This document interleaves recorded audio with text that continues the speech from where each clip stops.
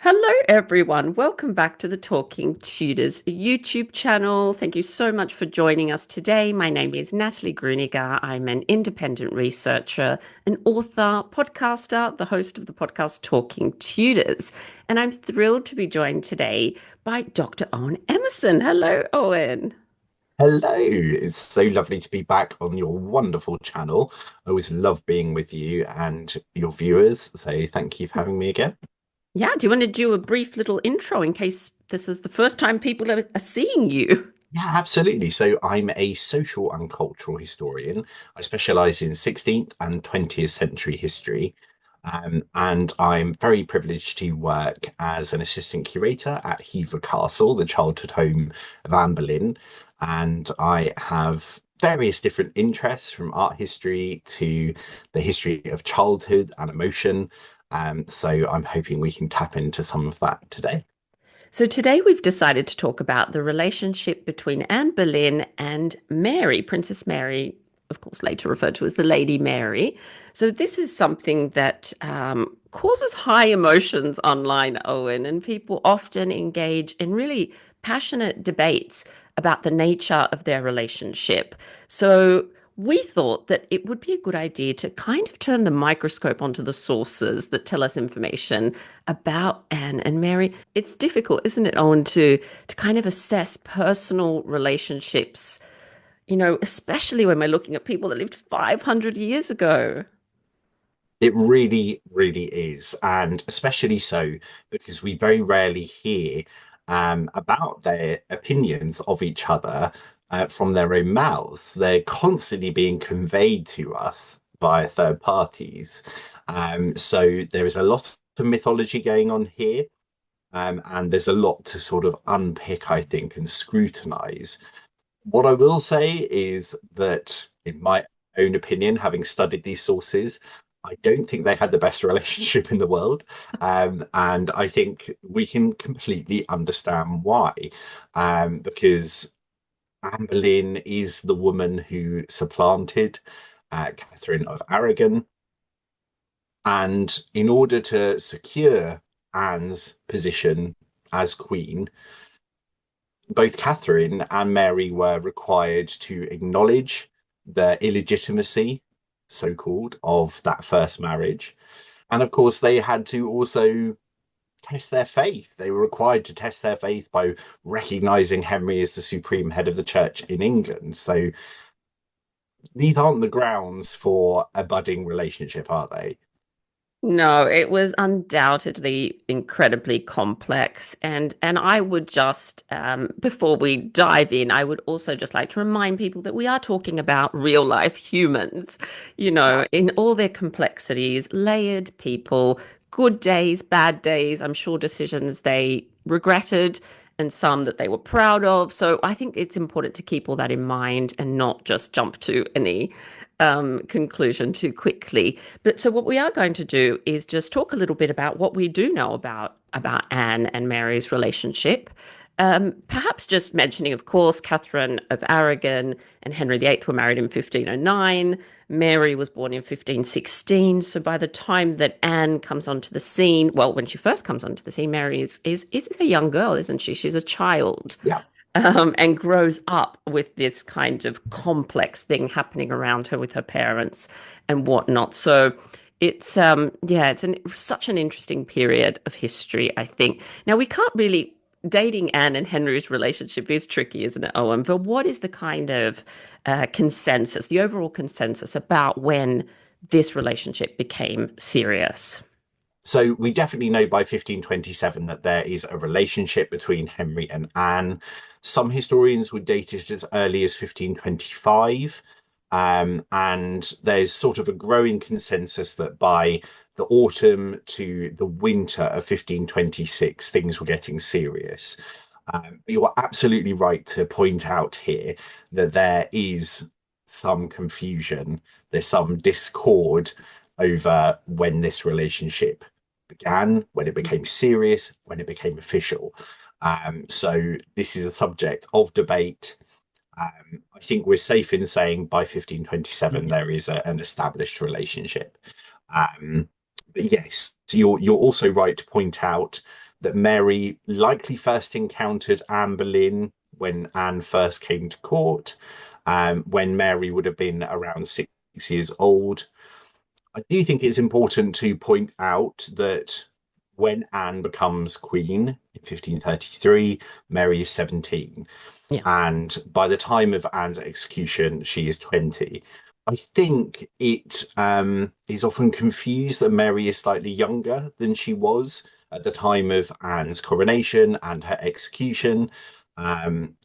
Yeah, we're Mm, looking during the marriage of Mary being 17 and 20. Now, in mm, the 16th century, this was very much considered an adult. hmm. Today, we are on the cusp of adulthood, certainly at the age of 17 and an adult by the time that she's 20. So I think that is an important sort of groundwork to uh, put forward there.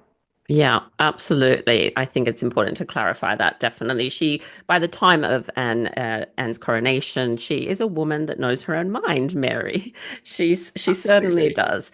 So we know that in November 1533, Mary's household is disbanded, and she is in fact forced to join the household of her half sister, the infant Elizabeth, which of course must have been quite a traumatizing thing for Mary after all these years of considering herself the heir and still considering herself her father's heir at this point.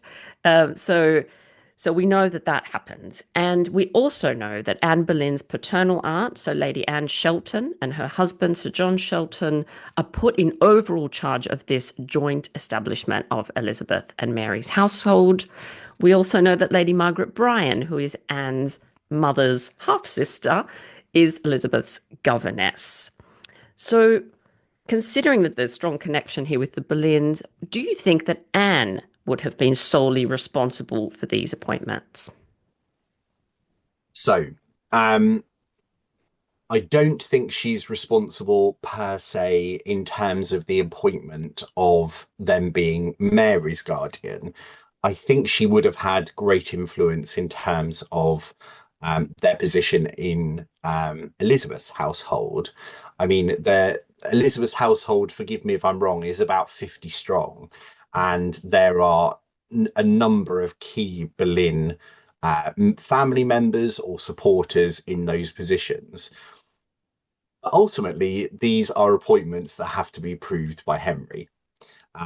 So, of course, Elizabeth's household is going to be um, surrounded and filled with people that are supportive of Anne.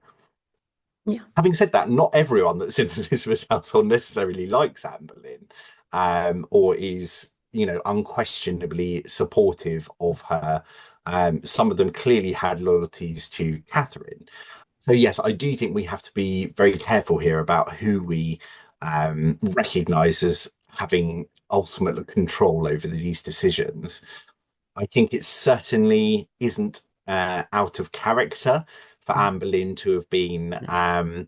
sort of involved in Mary's transition into Elizabeth's household. I think it would have been um, very comforting for her in a way, for her to be quite literally in a subservient position to her daughter. Um, and I think it's really important to recognize that Mary is a threat to Anne. Her existence is a threat to Anne. She knows that Mary's seniority in the event of Henry's death would make her a much more likely and safer candidate as an heir to the throne. It would be much easier for Henry's courtiers to support a grown woman Hmm. uh, candidacy than it would for an infant. So Yeah. I do think we need to try and look through these women's eyes and to recognize why these decisions are being made. And I think it's also really important for us to try and look at this through Mary's eyes because Anne's presence in Henry's life has absolutely ripped away everything that she knew, everything that she relied upon, everything that she was certain of. And I think it's obviously easier to blame this imposition than the person who's invited it into her life. So I can really understand both women's Yeah. positions here. And I think it's really important for us to keep those tensions, those um, investments in our minds when we look at these sources and try and sort of detangle how likely or plausible they actually are. Yeah, yeah, absolutely. And there is a lot of emotion involved in this relationship. As you've said, both women, obviously, from their perspectives, had certain beliefs that are going to complicate and form this relationship, and it's not going to be an easy one. We know that. With these appointments, I have read sometimes people saying that this is Anne doing this on purpose to make Mary's life hell. I would disagree. I agree with you that we have to take into consideration that yes, Mary is a threat, not just to Anne, but to Elizabeth now, which I think is probably, the foremost of Anne's mind is protecting her young daughter. Like any parent, we want the best for our children. And I do think that's what Anne's doing. But I think it's also important to keep in mind that, for example, Margaret Bryan, she had past service with the royal children. So she'd previously served as Lady Mistress to Mary during her infancy. So this could almost be seen as a continuation of that service in a way as well. So I think taking into consideration those things as well is really important. But as someone, Owen, who has spent a lot of time with these sources for this period of history, I can tell you that Eustace Chapuys, which is not going to come as surprise to most people, is the source of many of the stories of Anne's alleged ill treatment towards Mary. So, Yeah. in case you are fairly new to this, Eustace Chapuys was the imperial ambassador at Henry VIII's court, so he's serving Charles V. Charles V, of course, is the nephew of Catherine of Aragon. And Chapuys, importantly, I think, arrives at a crucial time in this story. So he arrives in London in August 1529. This is just 2 months after the opening of the legatine court at Blackfriars. And this is the court that is going to decide on the validity of Catherine and Henry's marriage. So from day one, Owen, his perception is coloured, maybe I should say tainted, by the king's great matter. He sees Anne through this prism of the king's breakup in his marriage with Catherine of Aragon and of all the troubles. That's when he lands. It's a very important point in this story, isn't it? Yeah, no, absolutely. I mean, you could not arrive at the English court at a time more in flux than when Chapuis arrives. And everything is upside down. The court is being asked to question the integrity of the word of the Queen of England. This is a huge public humiliation for Catherine. And, the presence of Anne Boleyn as the main cause of this rupture has absolutely scandalized Europe. And the prospect of a king setting aside a lawfully wedded queen in favor of a lowly courtier is absolutely, threatening the whole establishment of monarchy and is widely unpopular with women in Yeah. particular because of the precedent that this would set. And this isn't, just a cause for scandal in England. It is absolutely scandalizing Christendom as a whole. So the context of Chapuys' introduction to Catherine of Aragon and Anne Boleyn is entirely important here. Now, I will add that Chapuys' job as an ambassador is to provide accurate Oh, yeah. information. Now, Henry's courtiers would have known that too. So, giving certain information to Chapuys was politically expedient. Now, I don't doubt that Chapuys intended to send the best information that he had possible. That was his job. His job was to keep Charles informed. However, we do have to locate the agency of other people giving him information. What were their motives? Why are they telling Chapuys certain things? Is it to support Catherine? And is that information necessarily absolutely truthful? Those are the questions that I find most interesting. And, you know, as we will go on to see, a lot of Chapuys' information is unsourced, it's from unnamed Yeah. individuals. That makes that job almost impossible for us. You know, unless Chapuys names his sources, how are we to verify them? And I do want to stress that me questioning that doesn't mean to say that I'm questioning Chapuys believing No, these no. sources. Um, it's just quite messy, and we shouldn't be afraid of probing that messiness. Yeah, absolutely. It is incredibly, incredibly messy, made all the more difficult by, I think, what still remains a little known fact, Owen, that Chapuys did not speak English. I don't know if people are Oh, aware of this. It is strange, isn't it? He's the ambassador at Henry VIII's court, but he doesn't speak English. He speaks, of course, French, which is how he communicates with almost all the nobility at Henry's court, because everyone speaks French, including the king. And he speaks Spanish, of course, and many of his communications back to Charles V are in Spanish. But he doesn't speak English, and he says this himself that he doesn't speak English, and that he's always a little nervous when the courtiers around him start communicating in English because it's likely something they don't want him to actually hear about. And as we'll find out as well, we only have one reported incident of him coming face to face with Anne. So I think yes. in terms of fairness, it's also important to say that he is getting all his information secondhand, all of it. Yeah. He has, as far as we know, one opportunity to observe Anne in person. The rest is from the group that he builds around him at court that are essentially spying for him and giving him information. But I totally agree with you. I think he's a man of great integrity. I think he took his job extremely seriously, and it would have been real injury to Charles V's honor to be providing him with misleading information. So I don't think Yeah. that anything that he says is intentionally trying to mislead people. I do think he reports what he thinks is good information. So that is Yeah. important to keep in mind.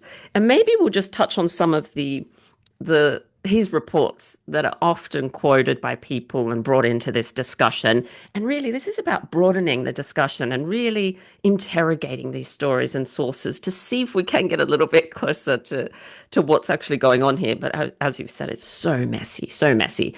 So in just an example, in February 1534, he, as in Chapuys, warns the emperor that, and I quote, that a gentleman told me yesterday that the Earl of Northumberland told him that he knew for certain that she, and he's talking about Anne, had determined to poison the princess.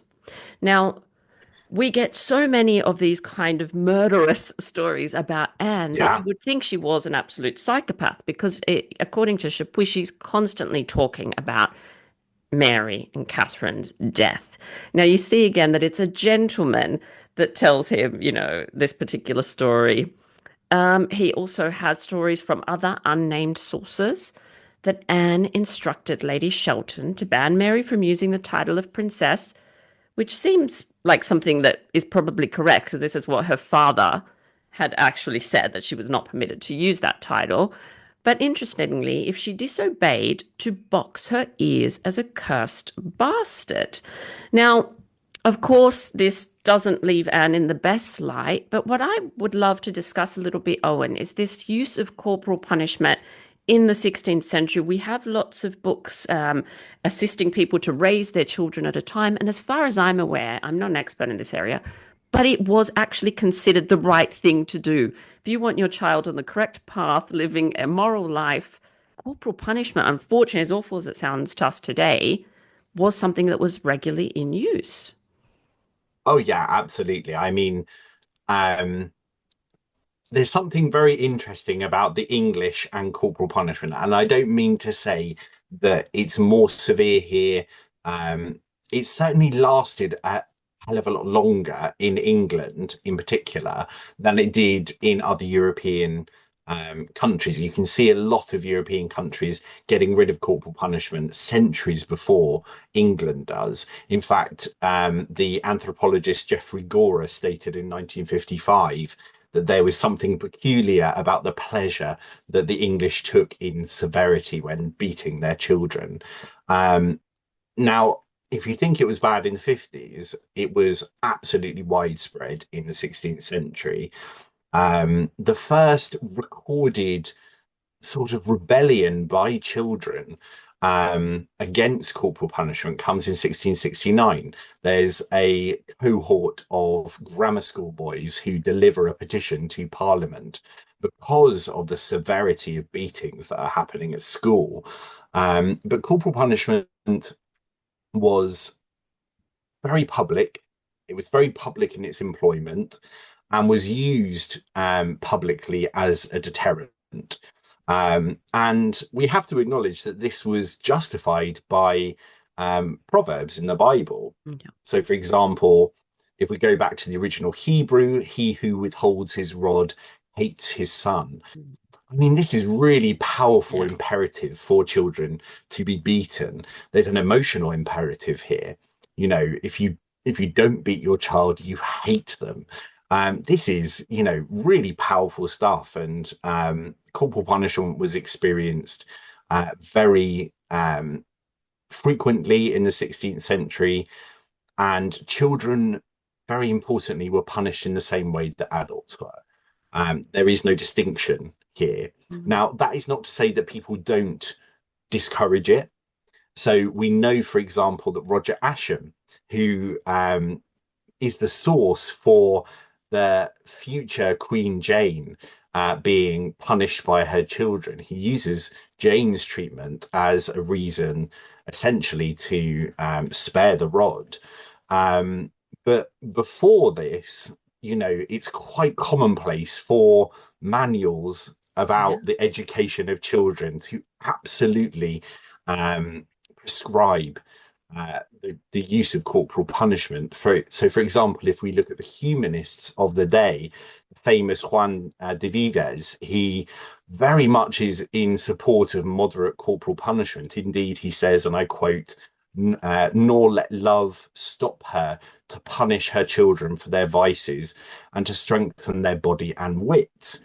Now, of course, Vives was patronized by Catherine of Aragon, and Catherine commissioned Vives to write a treatise to guide Mary's education. So even the individual who is guiding Mary's education certainly it believes in the employment of corporal punishment.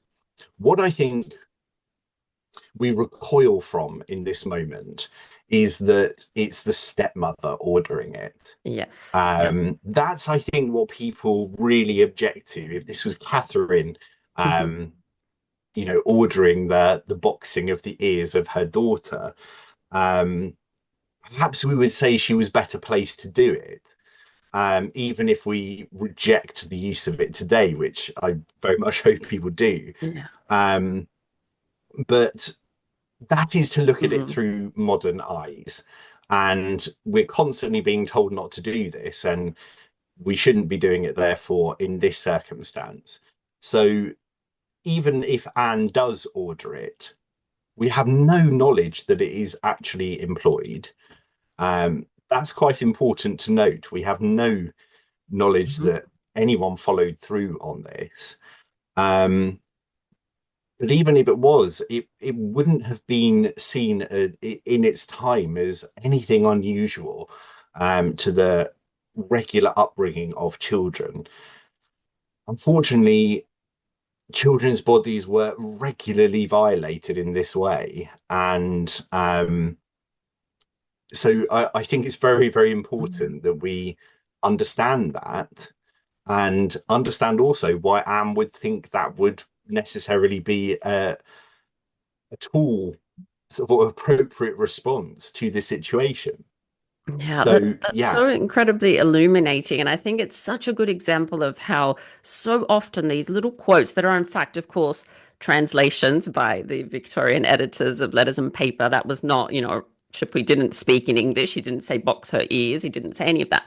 So keeping that in mind, I think it's so interesting how things get taken out of context. So if you're not aware that, of course, this is what is encouraged at the time of Anne and Catherine, you would think that, yes, it sounds awful, her ordering Mary to, be boxed around the ears for being disobedient. But in fact, what we've seen is that this is what church and state are encouraging at this time. And yes, we don't know that Anne even ordered it. We don't know that it went through. And you're right. I think it's the fact that it is her stepmother ordering this and the context of that relationship that makes it all the more kind of unpleasant for us to look at now. But so it's so important to just keep that context in mind. It doesn't stop there. Chapuys, the following month then reports that the lady, as he called Anne a lot, intended by any means possible to bring down the pride of this unbridled Spanish blood, and phrases along those lines of kind of bringing them down a notch. Both Catherine and Mary do infiltrate the sources regularly, always reported by Chapuys. What I would love for us just to consider for a moment, Owen, is the fact, as we've already said, Chapuys is there to perform a role, yes, to report the goings on at court, but he's got another very, very important role, and that is to maintain amicable relations between England and Spain, and to make sure that Charles V and Henry are on good terms, that they're able to negotiate. Now, if Henry is the cause of Mary's ill treatment, and Chapuys certainly does believe they are not being treated well, not Catherine, not Mary, that makes it very difficult to maintain those relations. But if the blame can be turned on somebody else, it does make it much easier for the negotiations to continue. And Anne is the Yeah. scapegoat in this situation. You've said she was quite unpopular. It is absolutely true. She was particularly an issue for women, as you've mentioned, because she sort of signifies upheaval and chaos in the family core Yeah. unit, for everyone, not just for royalty, up and down the social scale. So it's so complex, this situation, and impossible, I think, to make one judgment about who's right and who's wrong, which is why I like that we're looking at these sources closely.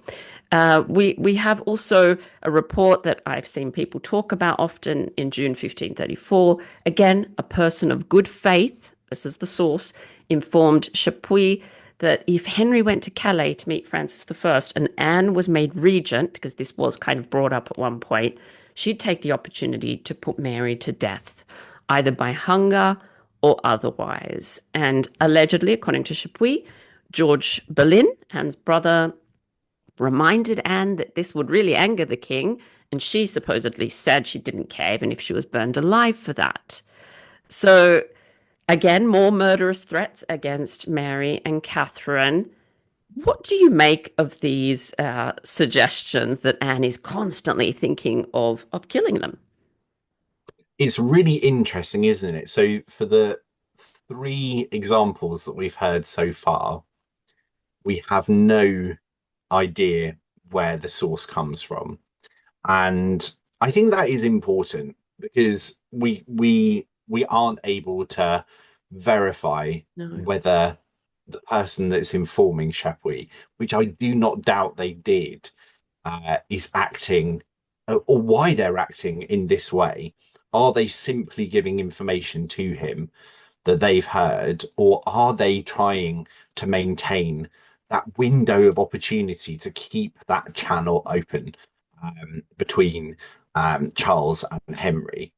Um, but yes, as to the question as to was Anne actively plotting to have Catherine and Mary killed, this is something very interestingly that Henry himself will go on to maintain after Anne's arrest, that Anne had plotted to poison both of his children, Mary and the Duke of Richmond.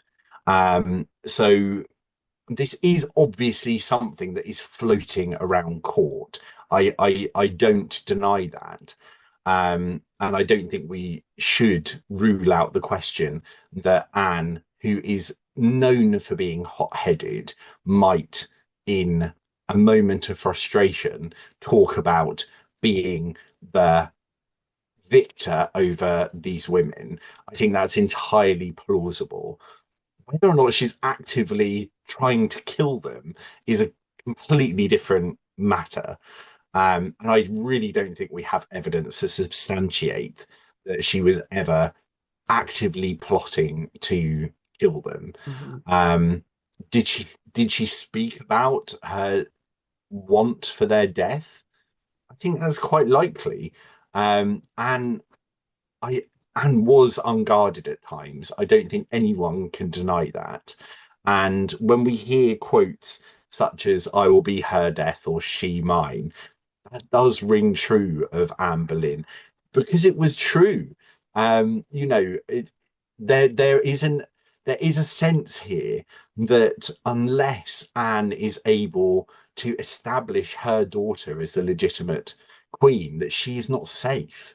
So I think we need to be careful about what I think is probable that was said and attributing that to actual actions, to actually plotting to kill Mary.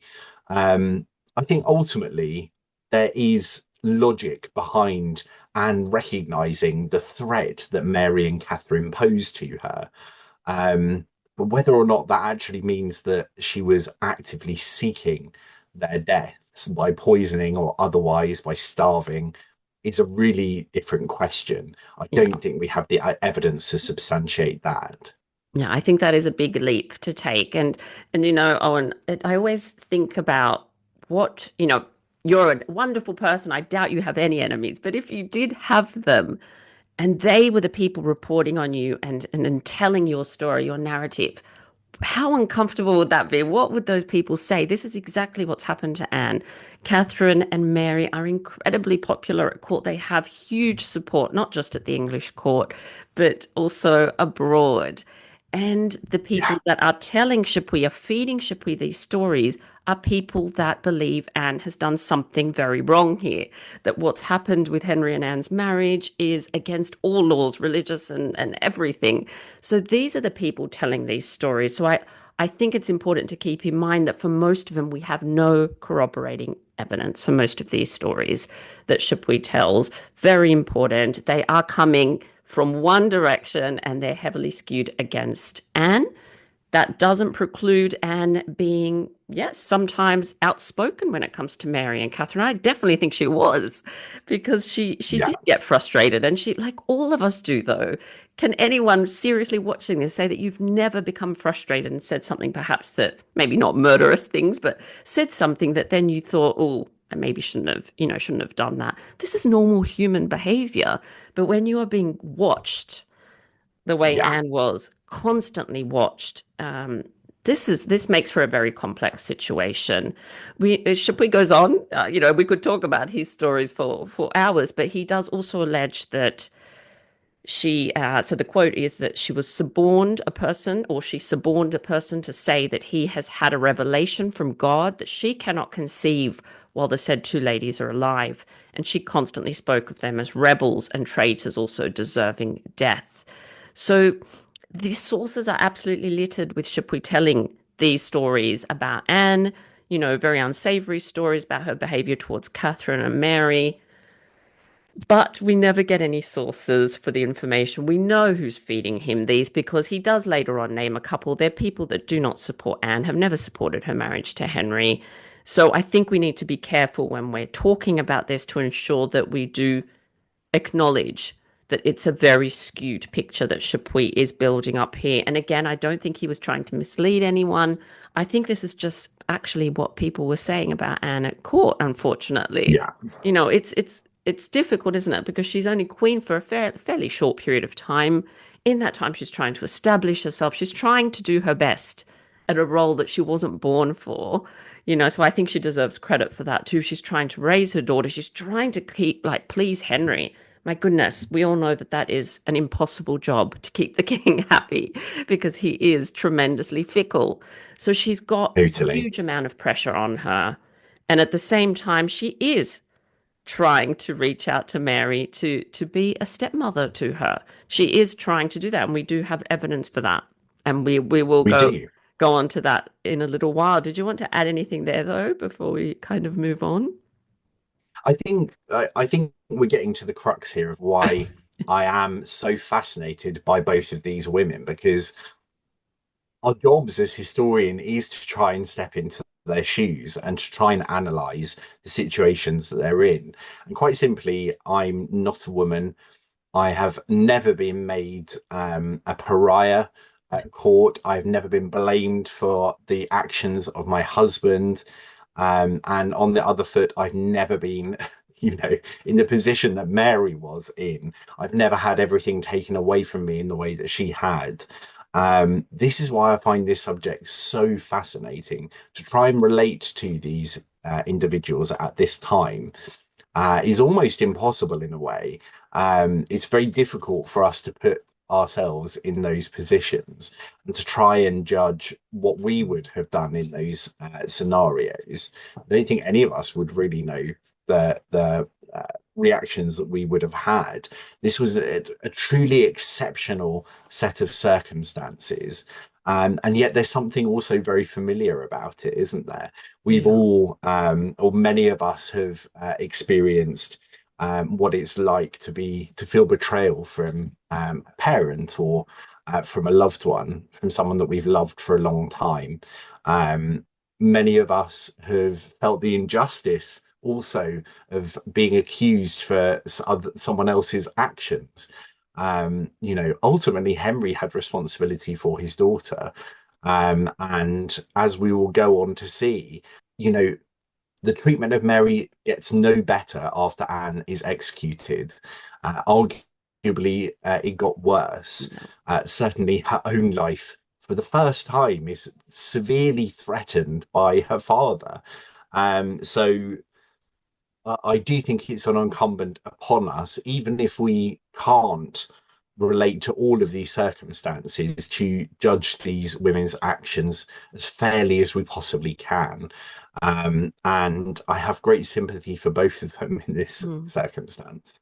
Yeah, absolutely. So, up until this point, we've looked at some examples from Chapuys. They're the only examples of Anne's ill treatment of Anne's ill treatment of Mary that I have been able to locate. There are many more examples in that same vein. They all come from Chapuys and his unnamed sources. Just important, I think, to keep that in mind. I think also Henry's personality plays a big part in this, and I'm sure that if you're here watching this, you're well aware of Henry and his personality. Yeah, He absolutely could not stand disobedience. Disobedience was unnatural to him. Coming from your own daughter, this was just, his mind could not comprehend what he was seeing, and Catherine as well. In his eyes, they were both disobedient.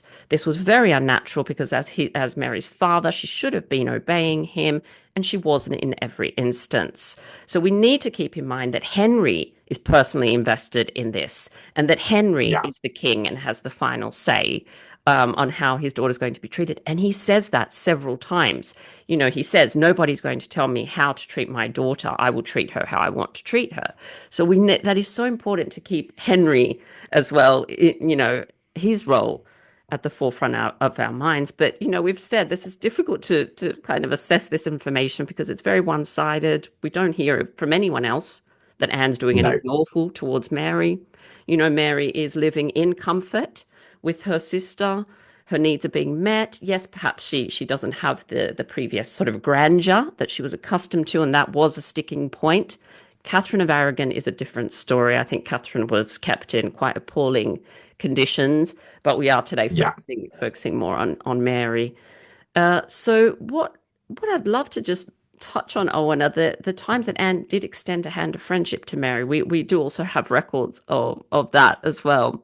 The first again is Chapuys, interestingly. So again, I think he is yes, trying to report as accurately as possible. It's in early 1534, the first recorded instance when Anne, a pregnant Anne, in fact, is going to see Elizabeth, and she sees Mary. And she promises her that, if she kind of recognizes her, she'll be as well or better treated than ever. And she does try and sort of talk Mary around that she can be a supporter for her at court, is what she's basically promising. But that Mary reports that she knows no queen in England except her mother. but that if the king's mistress wanted to do her a favor of interceding with her father, she would, of course, be much obliged. So again, this is a very public insult towards Anne. If this did occur, this is Mary turning her down, basically, when she's offering to assist her. And this is it's after this that the so-called Anne's outburst of bringing down the pride of the unbridled Spanish blood occurs. So this, do you think this is Anne genuinely wanting to build a bridge with Mary? Yeah, I think, bearing in mind this does come from Chapuys, we know that he does not observe this meeting. No. So, I do think we have to tread with some caution about the wording of it. It does appear that here Anne is trying to be that intercessor.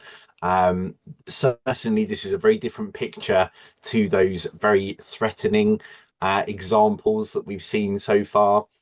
And if we think about it logically, if Mary were to publicly acknowledge her as queen, and therefore by default recognize that her mother is no longer queen or never was, this would put Anne in a much stronger position. She wouldn't necessarily feel the threat that I think she probably did, about Mary's presence, Mary's legitimacy, the question of it, whether courtiers are going to acknowledge it. If Mary herself acknowledges Anne, Anne as queen, a lot of problems are solved. So I do think, it's within Anne's best interest to try and get this resolution. But of course, how do we know the ins and outs of what is actually said here? And if that response did come in the way that it did from Mary, very clearly not acknowledging her as queen, recognizing that there's only one, and that was her mother, and referring to her as Madame Anne Boleyn, Yeah. then Anne would have taken this as a great insult. And I think it is important here, just briefly, to touch upon the fact that Anne does have quite a fiery temper. I think we can see this in other examples. So, for example, if we look at the occasion where Anne lashes out really at Smeaton for looking at her, she admonishes him. It gets her into trouble, quite a lot of trouble later on. I think there's an unguarded quality to Anne Boleyn that we don't necessarily see with Catherine of Aragon. And I'm not going to sit here and say that this is all about training and background, because I don't think it is. I think there are plenty of examples of very irascible monarchs who were trained throughout their life to be one. But I do think that Catherine of Aragon's education might have set her aside here in her demeanour. Anne Boleyn has spent a lot of time around very powerful women. She has sort of observed and been educated in royal courts for a good chunk of her life. That doesn't necessarily mean that she was trained to be queen. I don't think she No, was. no, no. So I do think there is a difference in temperament, but also in sort of the arena in which that temperament manifests itself. And I don't necessarily think that Anne is as guarded as Catherine would have been. And I do think there are several examples of these kinds of fiery outbursts that happen. So I do think, there may be some credibility to these outbursts by her, particularly if this happened as we see it reported by Chapuys. I don't think it would be out of character for Anne to exalt some kind of backlash here. Oh, absolutely. And you can see it from both points of view. and Yeah. by act of parliament is the rightful queen of England, and Mary Yeah. is still refusing to acknowledge that. And of course you can understand why Mary is refusing to acknowledge that. And importantly, she's been galvanized by her mother, who is encouraging this behavior. And that's not a judgment on Catherine. I'm just saying that Mary has her mother, Queen Catherine of Aragon, supporting her behavior. And it gets to the point where even Chapuys counsels her to be a little bit more flexible, not to anger her father at every turn, because that is what she's doing. So it's such an interesting period to look at, but of course, as you've said, really difficult to kind of unravel. We do have another example of Anne reaching out, but this time it's a different source. The source is, in fact, Yes. Henry Clifford, The Life of Jane Dormer by Henry Clifford. So he tells a story about another meeting between Anne and Mary. What is important, I suppose, to keep in mind is that Henry was an English Catholic. He was very hostile to Anne and Elizabeth. His account was also not started until 1613. So this obviously is way later.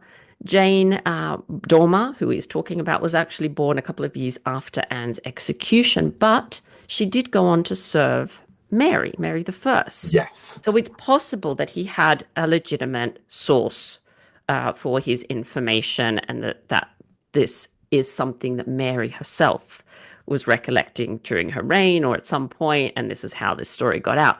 But basically, Owen, they're at Eltham Palace again, Yeah. and both Anne and Mary are there because, of course, Mary's in Elizabeth's establishment, and they're hearing mass and they're in the church, and they're both there and they part ways. And when Anne gets back to her rooms, one of her ladies tells her that, in fact, as she was leaving, Mary made reverence to her. And of course, you can imagine Anne's excitement and joy at hearing this. So she sends one of her own women to see Mary to say and I'll read you this: the Queen salutes your grace with much affection and craves pardon, understanding that at your parting from the oratory you made a courtesy to her, which if she had seen, she would have answered you with the like. And she desires that this may be an entrance of friendly correspondence, which your grace shall find completely to be embraced on her part. Now, imagine if this did occur, Owen, what would have happened when Anne heard Mary's response? Apparently, she said, it's actually not possible that the Queen can send me such a message, nor is it fit she should, nor can it be so sudden, Her Majesty being so far from this place. Of course, she's talking about Catherine of Aragon. You would have said, she went on, the Lady Anne Boleyn, for I can acknowledge no other queen but my mother, nor esteem them my friends who are not hers. And for the reverence that I made, it was to the altar, to her maker and mine. And so they are deceived and deceive her who tell her otherwise. So again, this apparently led to quite the outburst. And once again, she promised to pull down that high spirit of Mary's.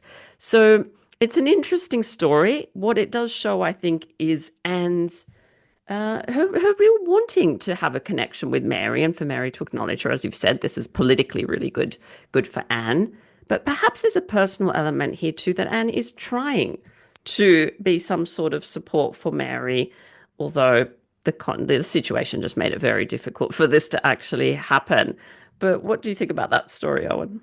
So this is a really interesting source, and although we know that Chapuys, from his own admission, is often getting information second or third hand in his accounts, he only, as you say, meets Anne Boleyn the one time. That's the only time that he could have gotten any information from Anne firsthand. This is quite a different matter.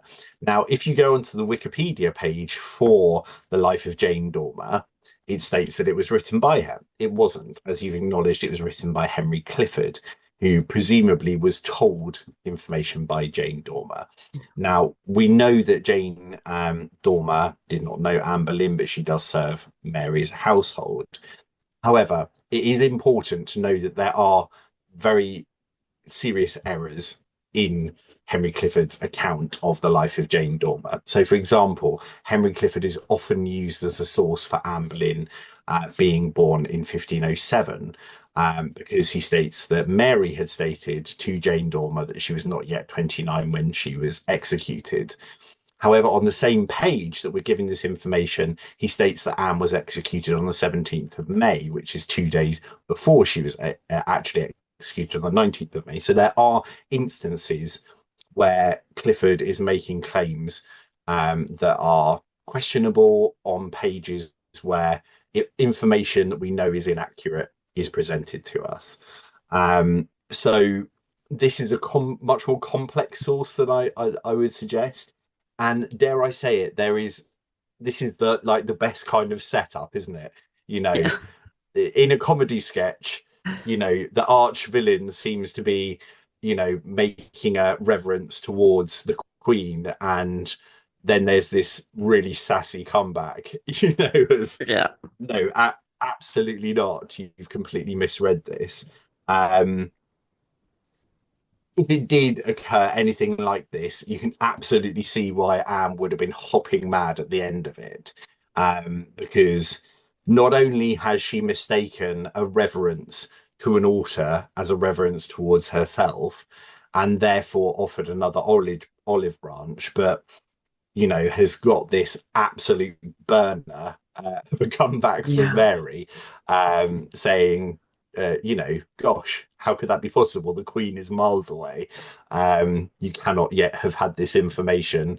And, I can't be friends with anyone that my mother's not friends with, and she's certainly not friends with Anne Boleyn. This is really sort of embarrassing and highly offensive sort of Oh gosh. Yeah. reception to receive to yet another olive branch. I don't know if it happened quite like this. I think it's quite a stylized way of presenting it. It's so interesting reading. It's a really sort of engaging narrative, isn't it? Yes, it is. Yeah. And what a comeback. I mean, it's pure sass. Yeah, no, I think this is it's really important. This isn't begun until 1613, not published till later. This is information that's given to Henry Clifford via Jane Dormer, via Mary, presumably via Mary. She does work in her household, so you know perhaps it didn't happen quite like this. But I think on the balance of probability, there probably is this other occasion where Anne is attempting to be an intercessor, is attempting to get some kind of resolution in this, really difficult situation, and is being rebuffed yet again. You know what I find really interesting, Owen, as well? Two things actually. The insinuation that somebody is deceiving Anne, one of her own ladies is deceiving Anne, Yeah. that's insinuated when Mary allegedly says, well, she's being deceived if they told her that. But also the second theme, a theme that we see often in these encounters, and that's that Mary would have accepted Anne's help had Anne accepted her position as a mistress and not as a Yes. queen. We see this over, it's emphasized over and over. Allegedly, Mary saying, oh, if the Lady Anne wants to intercede for me, then that's perfectly fine, but not as queen. So it's almost like there's a sort of morality tale, or a sort of, I don't know, there's another narrative, an undercurrent here that's really interesting, that's basically saying, had Anne stayed in her own lane, had she just stuck to what was known, you can be the king's mistress, you can't supplant the queen, that it all would have been okay. Do you know what I'm sort of saying? I That do. there's an element, there's something else going on in all these stories. And I think it emphasizes this idea that Anne broke out of her rightful place and did something she shouldn't have done. And this was the cause of all this turmoil that happened in her life and in the lives of others, because she didn't stay in that neat little box that she should have just been Henry's mistress. And that's the end of it. Mary would have accepted her. Do you know what I'm saying? I do. And we see this again in 1936 when the king abdicates and Mrs. Simpson stole the king. Everything is levied against Mrs. Simpson. She's the most hated woman in Britain. Although, actually, if we look at the results given by mass observation surveys, for example, actually quite a few people were interested in having a Queen Wallis. Certainly, the newspapers told everyone that she was sort of persona non grata. Um, it's absolutely fascinating that we can see some parallels going on here. That very few people are interested in criticizing the king, but they're absolutely very much interested in criticizing the woman that stole the king away. I think there are some really interesting parallels to be brought forward here. And it's very interesting that you say that Anne has sort of stepped out of her lane. You know, we get this with Wallis Simpson as well. Had only she been the king's mistress and that he could have produced a legitimate son with a respectable queen, why could she Mhm. not stay in her lane? Why could she not be the other woman? And we see that conversation happening again with Camilla and Charles. So this is a tale as old as time, isn't Yeah. it?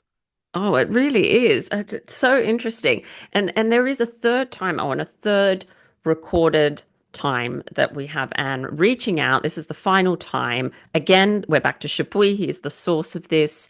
Again, it happens that, well, allegedly happens when Anne is pregnant, which I do find interesting because I think all of these moments coincide with Anne being pregnant. So I feel like there could be truth in this because of course Anne's having a child, she's feeling more secure, she's thinking perhaps about Mary, you know, in her circumstances, and perhaps does want to be that mother. I don't think we should rule out that there was a genuine interest in actually forming a relationship with Mary for more than just the political advantage it would have offered Anne. In my mind, I feel that that is a possibility. So it's January 1536. By that time, of course, Catherine is dead. Anne is pregnant for the final time, and Anne offers to be another mother to Mary, she says, and obtain for her anything that she desires. She even promises, she goes as far, Owen, as to say that if Mary agrees to come to court, she'd be exempt from being Anne's train bearer and she can walk by her side. But unfortunately, Mary would just not budge. She was completely steadfast, and instead, this would have been a tough pill to swallow for Anne if this is what she said. But it's reported that she said that she would rather suffer 100 deaths than change her opinion or do anything against her honor and conscience. So this is the final recorded time. It's reported in quite a long missive by Chapuys. He is the one that reported Anne saying she'll be a warm mother to her. She'll do everything possible. This great honor of not having to walk behind Anne, but in fact, walking by her side. That is quite the olive branch for Anne to sort of reach out to Mary with, isn't it? It really is. And I think it's really important that you acknowledge the fact that actually on two of these occasions, Anne is pregnant when she is making these um, reaching out to Mary to try and smooth relations, certainly between her and Mary, but more importantly, I think between Mary and Henry. Anne cannot be ignorant to the fact that the insolence, as he would see it, of Mary is causing him huge grief. And she cannot be blind to the fact that she is being blamed for this rift between Mary and Henry. So, of course, it's absolutely within her best interests to heal this huge and ever growing chasm between father and daughter. It's very interesting also that Anne is pregnant. Yeah. I think for her own peace of mind, perhaps, it probably would have been more important for her to have Mary acknowledge her as queen before she delivered her male heir than afterwards. That would, in a way, have shown just how legitimate she was if Mary had acknowledged it before that longed for male heir came, which of course it doesn't. So I think there are a number of different ways that we can sort of interpret Anne's actions at this moment. We of course can't rule out the fact that she simply wants a bit of peace in her household, not least because of the trauma that she has been through with her previous pregnancies. Um, Perhaps she is recognizing the enormous stress that she is under and having some kind of harmony between daughter and father would perhaps lay a better ground for her forthcoming pregnancy to happen in. If this happens in the way that we are told it did by Chapuys, this is the final sort of rejection of any kind of offer, isn't it? I mean, Mary hasn't gone this far before.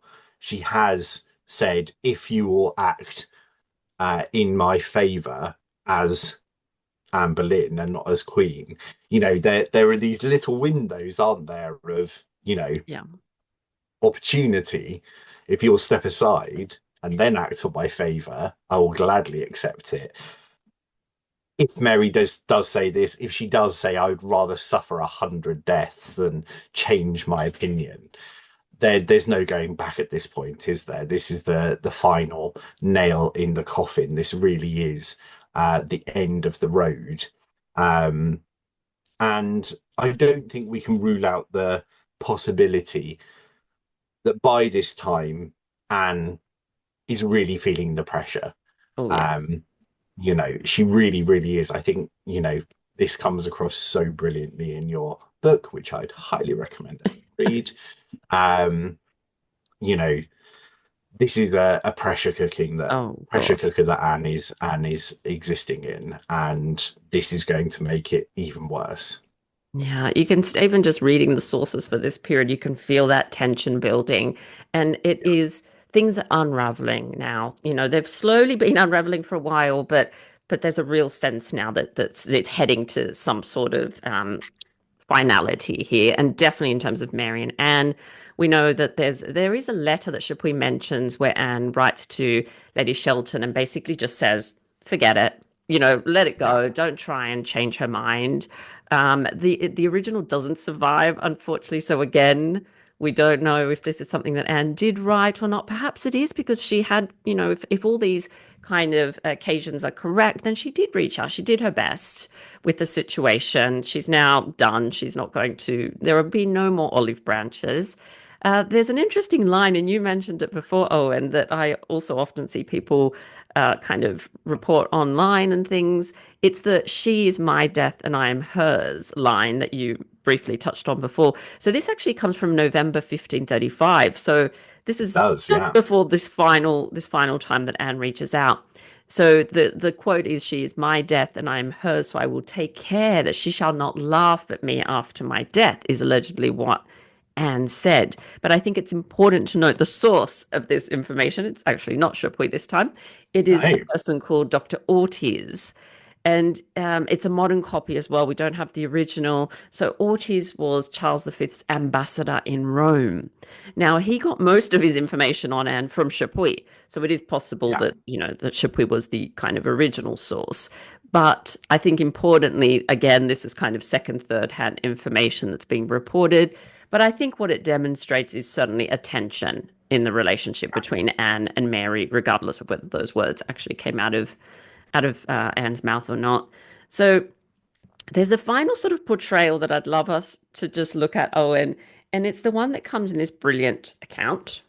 So the story Yes. of the death of Anne Boleyn by Lancelot de Car, and this is the sort of translation edition by Joanne de la Neva, Professor Joanne de la Neva, which is incredible and Oh, it's brilliant. so good. And there's so Really many is. things that are in here that you see often repeated, although they've been taken completely out of context and no information's given about this source. It's fascinating because Lancelot de Car, who wrote an account of Anne's life and death within 2 weeks of her execution, was the secretary to the French ambassador. So he is at court. He's Yeah. probably observed Anne. We don't know if he's met her ever, but he's certainly probably observed her at court when everyone, goes to see the king and queen going to mass, for example. So he's certainly a primary witness there. He's there. He's in the thick of it, and he has been a witness to what's happened to Anne. So he writes this account, but I think what is important to know is that it straddles two genres. It's It not does. it's not a strict ambassadorial report. It's a highly fictionalized account as well. So there are lots of literary devices that he's employing to make this a really compelling story. So it's not straight ambassador report as Professor Delaneva emphasizes several times in her incredible work. Dialogue that's in here, we can't assume actually took place because he couldn't have been a witness to many of these private conversations. So it's interesting because of the way that Mary and Anne are portrayed in this particular account. So Mary is depicted nothing short of saintly. She's patient, she's virtuous, she's forgiving, and there are more than 100 lines dedicated just to Mary. And there is a line that is in this book that says, of that woman, referring to Anne, who more than any other harmed her. So saying that Anne harmed Mary and was the woman that harmed her. That comes sort of earlier on in the story. But why this focus on Mary? If this is an account about the life and death of Anne Boleyn, I think it's interesting to just think of why Lancelot de Car may have decided to paint Mary in such a saintly kind of view. Because, and I think, Owen, the answer there lies in the continued French interest in negotiating a marriage with Mary. Absolutely. Several times during Anne's reign, when they're trying to negotiate for Elizabeth, a really, great French match for Elizabeth, it's Mary who the French are interested in. So I think we need to keep that in mind when reading this particular portrayal. But what is really, really fascinating about this is the change that occurs throughout. Yeah. Yeah. So do you want to tell us a little bit about that kind of transformation almost that happens with Anne's character in this account? Yeah, no, absolutely. I mean, this is a tale of two accounts, isn't it? Because I think most people who have studied Anne Boleyn will have come across de Carle's work, but they've probably come across the edited version, or should I say the suppressed version, because several very important passages were taken out, which makes it very clear that the writer's opinion of Anne Boleyn, her culpability, her guilt, shifts very, very rapidly, actually, during the course of her imprisonment and trial. So at the beginning of the narrative, we are encouraged to believe that Anne is guilty, that she has committed these heinous crimes. The pivotal moment seems to be her trial, when she defends herself so amiably, so publicly, so persuasively. And then we see the other side, that she has been Yeah. accused unjustly, that people have changed their opinions, that they are recognizing her innocence. So there is a transitional moment in this narrative which has been purposefully omitted. So I do think we also, therefore, by definition, need to question whether this saintly Mary and sinner Anne dichotomy at the beginning of the narrative isn't slightly nuanced towards the end as well. Because Anne doesn't come out of this as the sinner. She certainly doesn't come out of it as a saint. She certainly emerges from this as an innocent victim of false accusations. That's why it was so important to suppress these verses. What do you think, Natalie? Yeah, it's such an interesting account, and I really would recommend everyone read it because I think you would be surprised at how many things you've heard people repeat and say is fact that in fact comes from Yeah. this account. You would be surprised. Lots of them, including, we won't go into it, but that George Boleyn said he was accused by one woman. That is from here. We're not going to dive into Yeah. that because that's another couple of hours. It's a very long poem. I'm just trying to remember it's over 1,000 lines, the poem itself, so it's Yeah. extensive but fascinating. And I think there's a line that comes, you were talking about that transformation in how Anne's seen. There's a line that comes towards the end and it says, everyone on the basis of her mightily steady end, he's talking about Anne, judges her life to have been prudent and believes that they have committed a great offense in having thought so ill of her.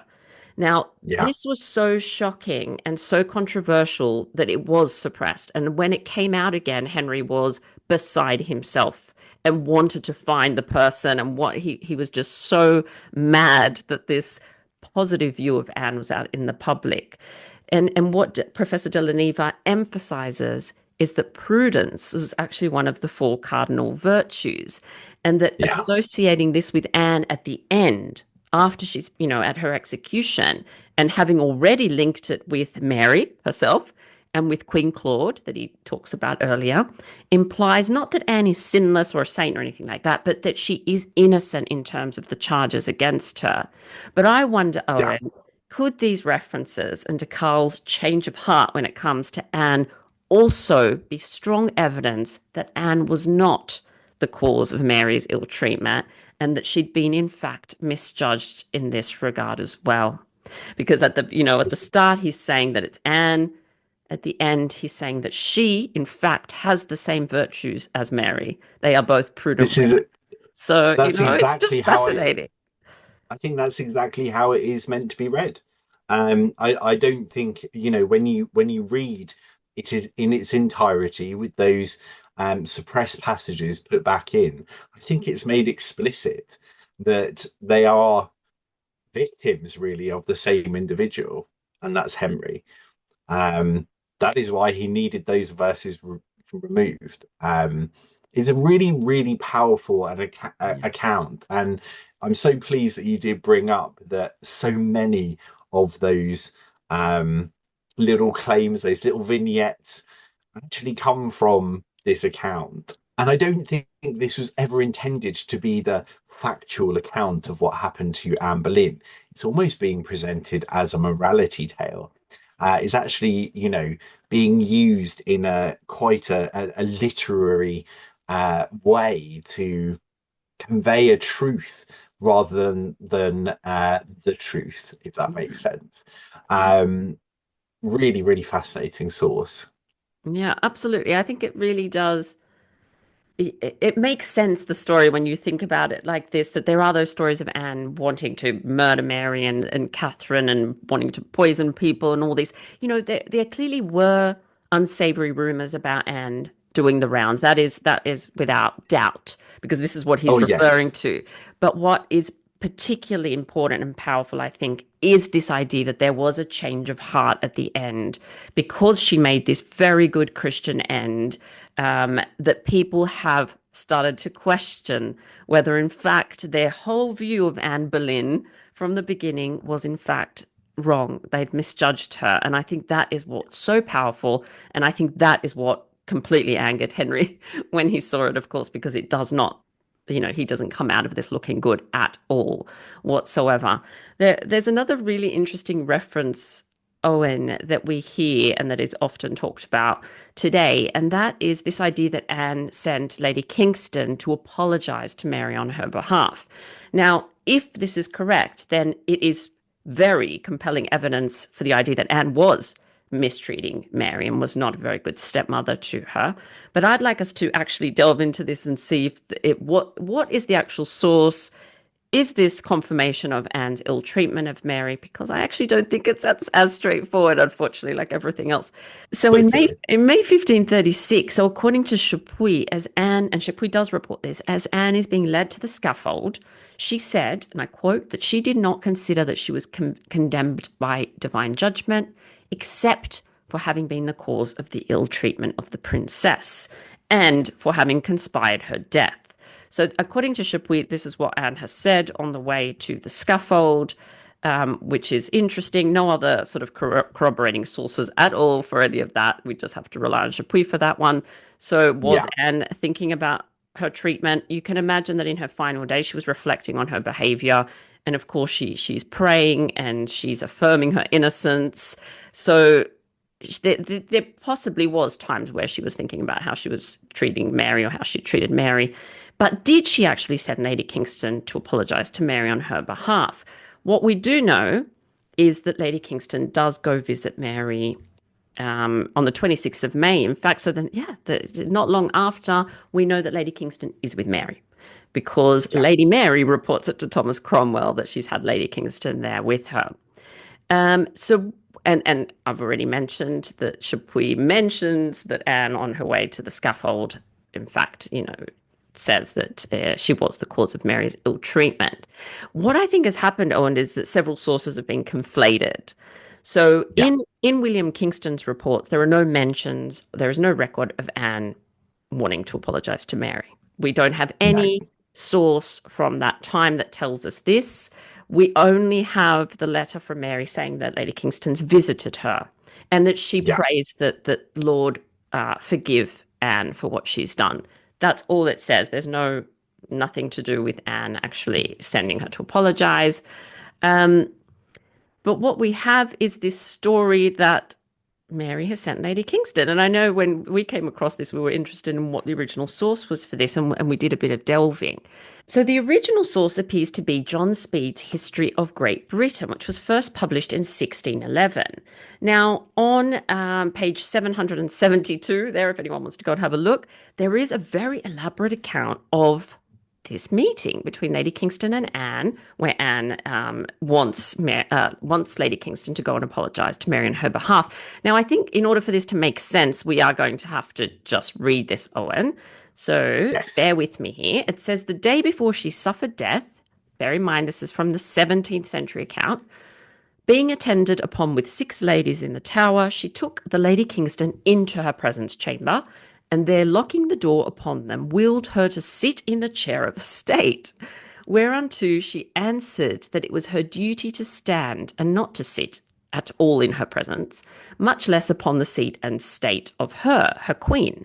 Ah, madam, quoth she, that title is gone. I am a condemned person, and by law have no estate left me in this life. But for clearing of my conscience, I pray you sit down. Well, said the Lady Kingston, I have often played the fool in my youth, and to fulfil your command, I will do it once more in mine age. And thereupon she sat down under the cloth of estate, which no sooner was done but that the queen most humbly fell upon her knees before her, and with tears holding up her hands, charged her in the presence of God and his angels, as she would answer before them, when all should appear in judgment, that she should so fall down before the Lady Mary's Grace, her daughter-in-law, which is obviously not correct, and in her name, in like manner, ask her forgiveness for the wrongs she has done her. For till that was accomplished, she said, her conscience could not be quiet. What her offence was to her ward, we know not, but many supposed, but may be supposed not to be capital. The Queen's case weighed, the time considered, and her enemies none of the meanest. Only this I observed, that as she cleared her conscience of the lesser crimes, so undoubtedly would she have done of the greater, if any had been committed. And so as herself instantly desired, I count her case to be charitably spoken of, and leave her and them unto the Lord. Now, the story, Owen, which is so interesting and we'll look into in detail now, is also later mentioned in the History of England, published in 1819. In that case, the author was an English Roman Catholic by the name of John Lingard, but the original appears to be this early 17th century account, History of Great Britain by John Speed. But there are so many interesting things in this that I think are worthy of just bringing up when we're trying to assess the veracity of this particular source. I should also mention that what also has happened is that because Chapuys mentions Anne, saying that as she's walking to the scaffold, it's been assumed by some biographers that this story, which is much later date, in fact happened because Chapuys mentions it, if that makes sense. Yeah, Owen, it's a bit confusing, it isn't it? So does. what do you think of this account? Are there any alarm bells that ring for you here? There are. So, I mean, this is an incredibly detailed account of Yeah. a meeting between two people that happens in the utmost privacy. And that is my first alarm bell. Not that this is a conversation between two people, because Lady Kingston could well have given an account of it to someone else, or indeed Mary could have, because she would have been given an account by Lady Kingston if this did happen. But the detail of Anne leading Lady Kingston into her presence chamber and there locking the door upon them. I don't know many prisoners who have a key to their presence chamber. It would seem rather stupid to allow either Lady Kingston or Anne to have a key to any of the rooms in the Queen's apartment. And actually, they did not function like this anyway. So that's an alarm bell immediately. The idea also that Lady Kingston would ever sit on a throne of a state in front of the Queen, regardless of whether or not she's a condemned traitor, doesn't really ring true to me either. I mean, this is really unusual behaviour of both Anne and Lady Kingston. Um, the largest alarm bell, though, is any information of this in the very detailed correspondence that we have from Kingston, Lady Kingston's husband, who is Anne's jailer, to Thomas Cromwell. Something of this magnitude. Yeah. Queen taking the constable's wife into the presence chamber and asking her to convey a message to Mary, asking for her forgiveness, is absolutely something that Kingston would know that Cromwell wanted to know, because Henry certainly would have wanted to know of this happening. So the fact that there is absolutely no information in what are very thick and detailed accounts of what is going on in the Queen's jail, her Yeah. presence chamber, really makes me question this source. This is something I would absolutely expect to be in there, because everything that Anne is saying, essentially, anything that's odd, anything that's unusual that's going on in Anne's previous palace, now her prison, is being conveyed back to Cromwell. Um, I mean, we're even getting details. This isn't just a channel of information to stitch the Queen up, because we get very detailed information after Anne's trial. Everyone, Cromwell absolutely wants to know what's going on in his absence, which is why we're getting details about what Anne's reaction is to her execution being delayed, etc., etc. Why is this very unusual set of circumstances and events not being documented by Kingston? I think that's very telling. Yeah. Yeah, I do too. And exactly. There are lots of alarm bells here. I think the mention of Lady Kingston has instantly added veracity to the story. People are thinking it is a completely reliable source, because we know that Lady Kingston does visit Mary not long after Anne's execution. So again, I think it's the conflation of sources. Um, I would suggest that it's possible that John Speed, in working on his account, knew of the visit to Lady Yes. Mary by Lady Yeah. Kingston, and may have, or embellished his account. And this is not an unusual thing. The chronicles often have embellishments, unfortunately. And we've talked before how this isn't really an intentional thing to deceive people. There are other No. motivations behind it, aren't there? With, when we talk about forged letters and all that kind of thing, that would of course take us down another road. But I suppose it's just important to say that it may have been done and not come from a place of malice. Yeah. But if we're looking at contemporary evidence, all we have is, once again, Chapuys' mention of Anne on her way to the scaffold saying what she apparently said, and then Mary saying that Lady Kingston visited her.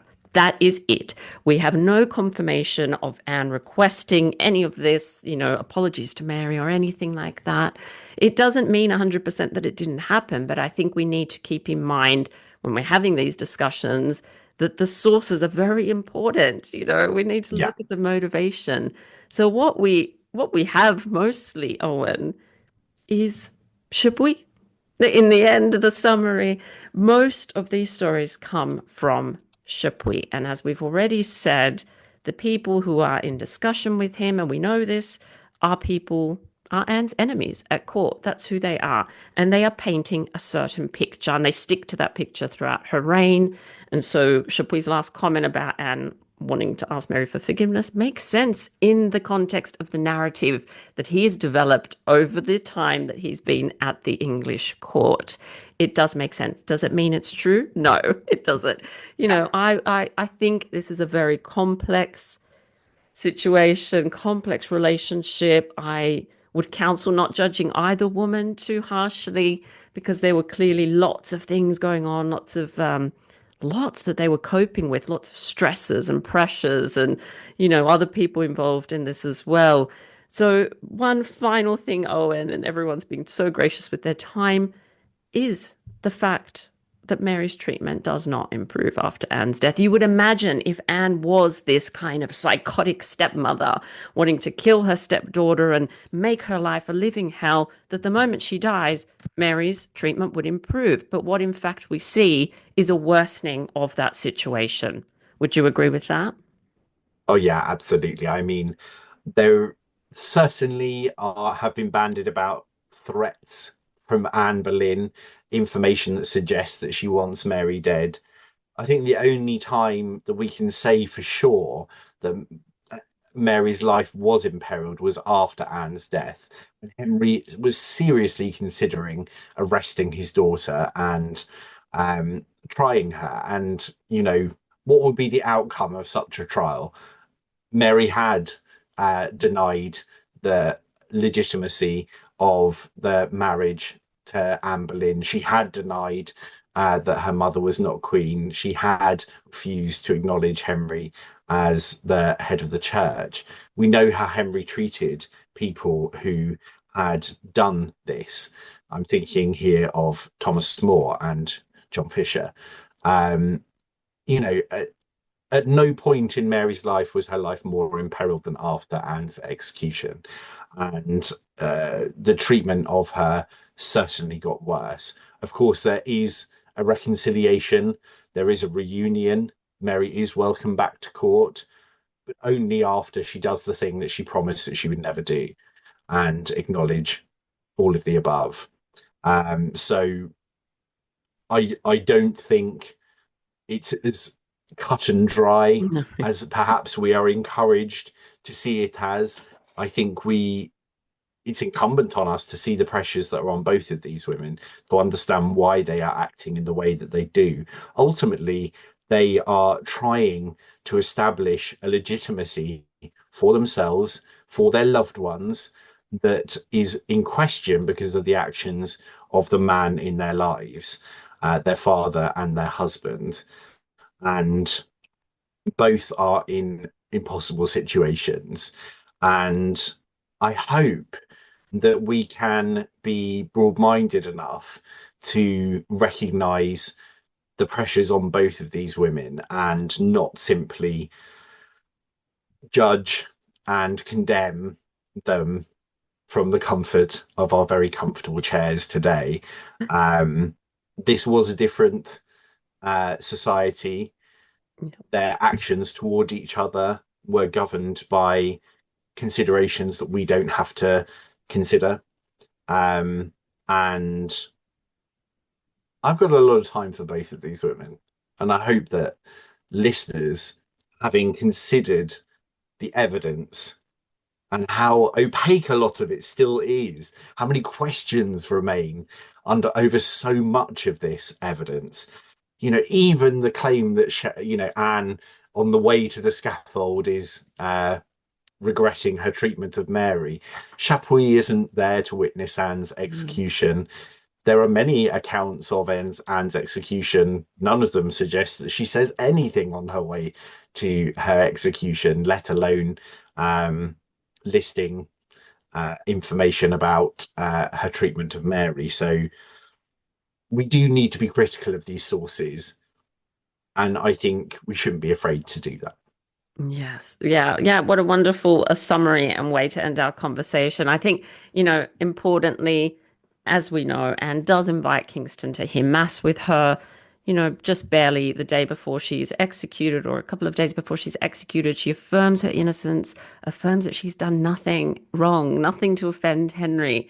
There's no mention of Mary in that. So if this really was at the forefront of Anne's mind, you'd imagine it probably would have come out there where she's, in this incredible spiritual moment, and just moments before her death. So it's just very interesting how the sources have been conflated, how the story has evolved over time. And I agree with you, so important to look at the source of information, to question the motivation behind the creation of a lot of these accounts and works. And I think that makes the history all the more exciting. Yes, we probably never have a perfect answer, But I think the joy is in this, in the discussion and considering things from different perspectives. So I thank you all so much for joining Owen and I today. It's been such a pleasure, and we hope to be back soon discussing another subject. And Owen, thank you for your expertise, for sharing your expertise and your time with us all today. You are so welcome. Thank you so much for having me.